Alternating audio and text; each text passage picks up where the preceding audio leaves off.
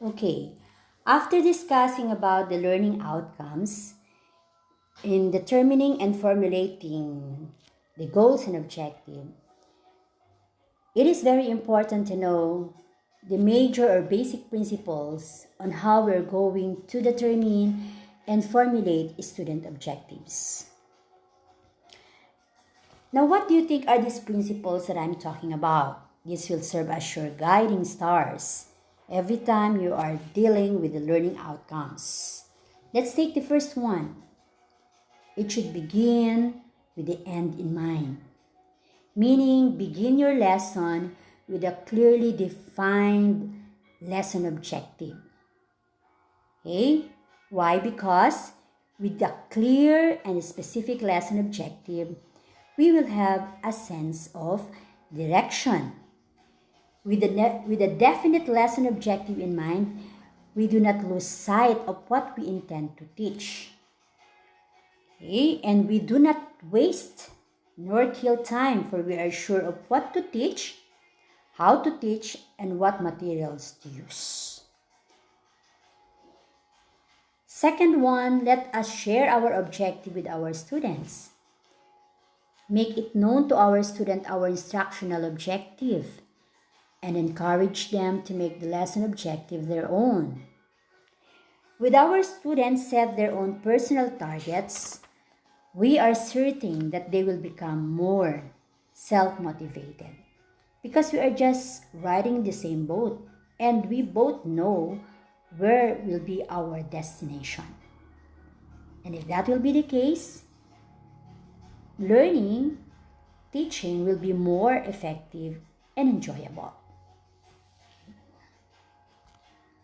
Next, lesson objective must be in 2 or 3 domains, such as the knowledge, which is the cognitive, the skills, which is the psychomotor, and values, which is the affective. Lesson is holistic and complete because it dwells in knowledge and values, or it may be skills and values, or it may be the combination of the three, the knowledge, the skills, and values. And if you notice, every time we're making our lesson objectives, there should be one at least affective, one cognitive, and one psychomotor. Why? It's because that we need to produce a balance, and also a holistic formation of an individual. There should always be a balance in one's life. And talking about a balance, we can only attain it if we will be considering these 3 domains in our objective. Why? Because if you will just keep on teaching knowledge, the cognitive aspect, you might be developing a big head, but only with a small heart. Okay? Meaning, she might be very good in the mental processes, in knowledge, in different things that they can do, particularly in theory and principles. But if he doesn't have, or they do not have values, the application of such thing might not be done in a wrong way. So in this case, the formation will not be completely done. You might be developing a mentally giant but an emotionally dwarfed individual. Okay, and in such case, to be a professional, as we have said, it's not only the competencies that you need. We always have the dignity and reputation of an individual to be called as the real or true professional. That is why, as an individual, for you to become complete and holistic, you need to consider always the 3 domains. Again, the cognitive, psychomotor, and affective.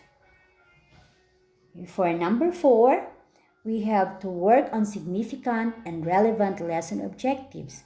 Well, how can we say it's significant and relevant? Of course, in this case, the level of their self-motivation all the more increases when our lesson objective is relevant to their daily life, meaning something that they can experience, something that happens in reality, something that they have, something that they know. So that is what I mean. It should be something authentic, genuine, that really being experienced by every individual, and that makes it significant and relevant. Okay? For number 5, the lesson objective must be aligned with the aims of education as embodied in the Philippine Constitution and other laws and our vision, mission statements of the education institution of which you are part. A while ago, I have discussed to you the alignment, the vertical articulation or alignment of our outcomes from the institutional down to learning outcomes, meaning everything should be vertically aligned. From the simplest one, which is the intended learning outcomes, going up to the Philippine Constitution, everything should be aligned so that we will not be at lost. In that case, we are moving in the same direction.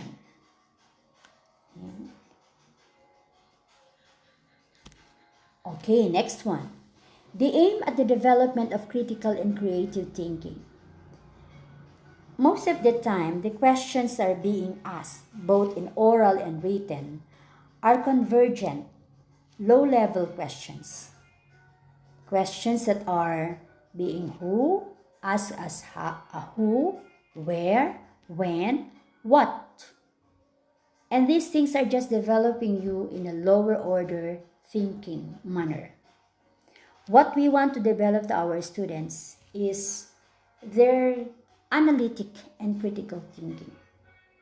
And how to do it?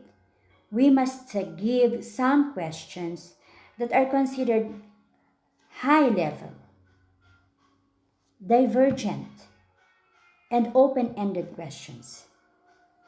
It must be good if the students are answering some questions that can trigger the discussion or interaction among the students. Unlike asking simple questions that are answerable only by yes or no, or who, where, and what. So it will be better if we will try to encourage our student to develop their analytic and critical thinking by asking hot questions. And in such a manner, we can produce balanced learning, not only talking of the three domains, but also talking of the lower order thinking skills and the higher order thinking skills. Okay? And then the last one, for accountability of learning, lesson objectives must be SMART. SMART, not GLOBE. No? When we say SMART, it is specific, measurable, attainable, result-oriented, or it can be researchable or reliable, relevant, and of course should be time-bound and terminal. If we will try to do this is very important. With SMART lessons objective, there is a greater match between the instruction and assessment, and there will be curriculum alignment. So let us bear in mind that every time we are making or formulating student learning outcomes or student learning objective, we should always remember the term SMART. Specific, measurable, attainable, result-oriented, relevant, or researchable, or realistic, and within time-bound or time frame. So that is it. Need to be smart. We need to be smart. And with these guiding principles in determining and formulating student objective, I know each one of us can really formulate one that are considered effective and always based on the student center. Okay? So remember always these different goals or objectives and the principles along this way, so that you will not forget that once you are already making the learning outcomes, you have to focus always to your students. State your objectives and learning outcomes based on the perception of our students, not on our own perceptions. I hope you learned something for today, and we can only learn something if we will try to apply them.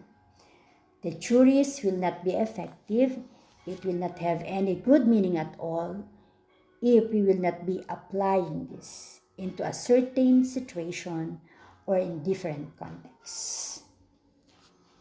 So that's all for today, and I hope you learned something from the different things that we have discussed now, starting from the outcomes, which is the outcomes-based education, and learning different outcomes, and finding out the three major domains and how these different domains are being formulated, and how important are they in formulating our goals or objective or our learning outcomes.